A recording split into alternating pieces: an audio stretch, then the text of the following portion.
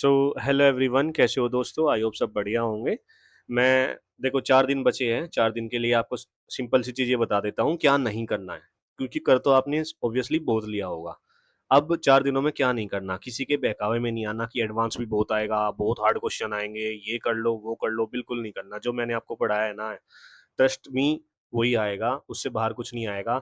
उससे बाहर अगर कुछ आया ना, आप थोड़ा दिमाग शांत रख के कर लोगे, अगर नहीं हो पा रहा तो छोड़ दो यार, आपका नंबर ज़रूर आएगा, कन्फर्म आएगा। अगर आपने ये जितनी मैंने मैथ की वीडियो कराई है ना, यही क्वेश्चन बनेंगे, देख लेना। एडवांस के नाम पे वो क्या पूछ लेंगे आपको मैं बताता हूँ। एडवांस के नाम पे वो मेंसुरेशन पूछ लेंगे। उससे ज़्यादा अगर थोड़ा डिफिकल्ट बनाना होगा, हाइट एंड डिस्टेंस पूछ लेंगे। अलजेब्रा के बेसिक फॉर्मूले ज़रूर याद करके जाना। इंग्लिश की बात कर लेते हैं सबसे पहले। इंग्लिश में टीसीएस पीवाईक्यू क्वेश्चन ज़्यादा पूछती है। पीवाईक्यू क्वेश्चन ज़रूर पूछती है। पीवाईक्यू हमेशा टीसीएस के जो भी पेपर है ना, उसमें ज़रूर मिलेंगे। तो सबसे बेस्ट, सबसे बढ़िया सोर्स जो है, जिसके पास पिनेकल होगी ना टीसीएस के पीवाईक्यूज की, पिनेकल सबसे बेस्ट सोर्स है। उसमें वोकैब, उसमें फिलअप्स, उसमें प्रोवर्ब्स, उसमें सब कुछ आ जाएगा, स्पेलिंग एरर सब कुछ। लेकिन अगर आपके पास नहीं है पिनेकल, तो अब खरीदने का कोई वो नहीं है कि आप उसको खरीदो नहीं। सबसे बढ़िया है फिर डी ट्रिपल एस बी के एग्जाम्स के आंसर की। वो मैंने ऑलरेडी आपको टेलीग्राम ग्रुप में डाल दी थी, और वहां से पढ़ लेना आप। इंग्लिश और मैथ वहीं से आएगा। जितना उसमें एडवांस पूछते ना, इतना ही एम्स में एडवांस पूछती है। उसमें डी ट्रिपल एस में एडवांस के नाम पे मेंसुरेशन और अलजेब्रा के एक दो फॉर्मूलेज है बस, उसके अलावा कुछ नहीं है। फिर उसके बाद में देखो, मैंने सेकंड पॉइंट यही ऐड किया है कि अगर आपके पास पिनेकल नहीं है तो डीएसएसबी एग्जाम्स के आंसर्स को रिवाइज कर लो।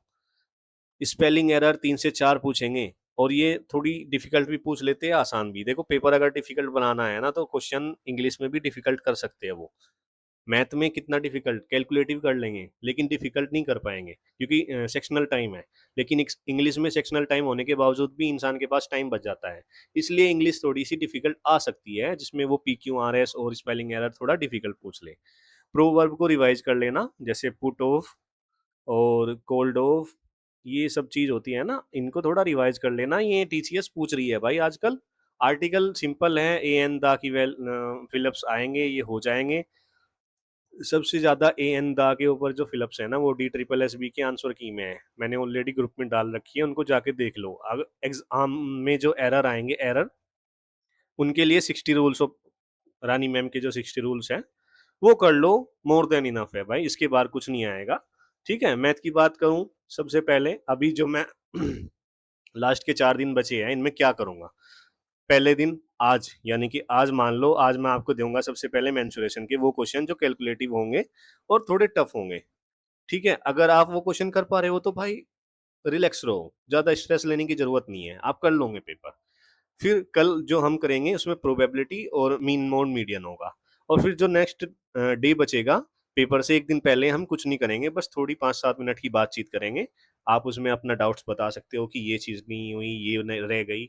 और रही बात जीएस की, कंप्यूटर की, इन सब चीज़ें की, देखो बेसिक चीज़ें आएगी। जैसे पिछले वाले पेपर में कंप्यूटर का पूछा था कि वो होता है ना, basic output input system, BOIS, इसकी फुल फॉर्म क्या होती है, सबसे छोटी चीज क्या है, मतलब सबसे छोटी यूनिट क्या है कंप्यूटर में, नीबल है कि वो है, बाइट है, ये सब चीजें आती हैं, समझे।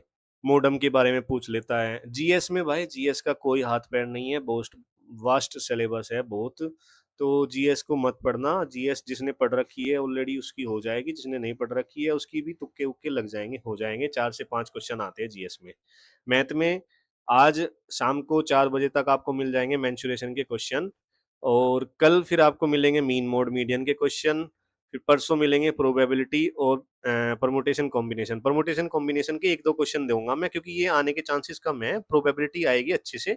मीन मोड मीडियन इसके ऊपर एम्पेरिकल फॉर्मूले के ऊपर आएगा। इसमें एक क्वेश्चन बहुत फेमस चल रहा है टीसीएस का अभी, कि मोड जो है मीडियन से इतना ज्यादा है, तो मीडियन मीन से कितना ज्यादा होगी, तो डिवाइड बाय 2 कर देना बस। अगर ऐसा क्वेश्चन आए कि मोड मीन से इतना ज्यादा है और मीडियन मीन से कितना ज्यादा होगी, तो मोड और मीडियन का जो डिफरेंस होगा उसको 2 से डिवाइड कर देना, मीडियन और मीन का डिफरेंस आ जाएगा। ठीक है। अर्थमेटिक में बेसिक, हाँ अर्थमेटिक का तो यार देखो सबने कर रखा है। Percentage, profit loss, discount ratio, mixture alligation, time and work, time speed distance. Time speed distance में रेस और बोट एंड स्ट्रीम और ट्रेन, ये तीनों तो इम्पोर्टेंट है ही। इसके बाद में कैलकुलेशन देख लेना भाई, एक CI SI में स्क्वायर और क्यूब का याद रखना जरूर, क्योंकि कई बार वो 9% दे देगा 10% की बजाय, तो 9% में 100 और 109 का जो आप स्क्वायर करोगे, इसका स्क्वायर और इसका स्क्वायर करोगे, तो यहाँ पे थोड़ा टाइम लग जाएगा। इस चीज को थोड़ा मेंटेन करके चलना। बाकी परमुटेशन कॉम्बिनेशन के एक दो फॉर्मूले है, इनको जरूर याद कर लो। और इसके अलावा एपी, जीपी, इन चीजों को देख लेना। एक वो होता है कि find the sum of natural numbers और find the sum of squares of natural number, find the sum of cubes of natural number, ये वाले फॉर्मूले भी देख लेना, मैं आपको प्रोवाइड कराऊंगा जरूर। ठीक है, थैंक यू सो मच।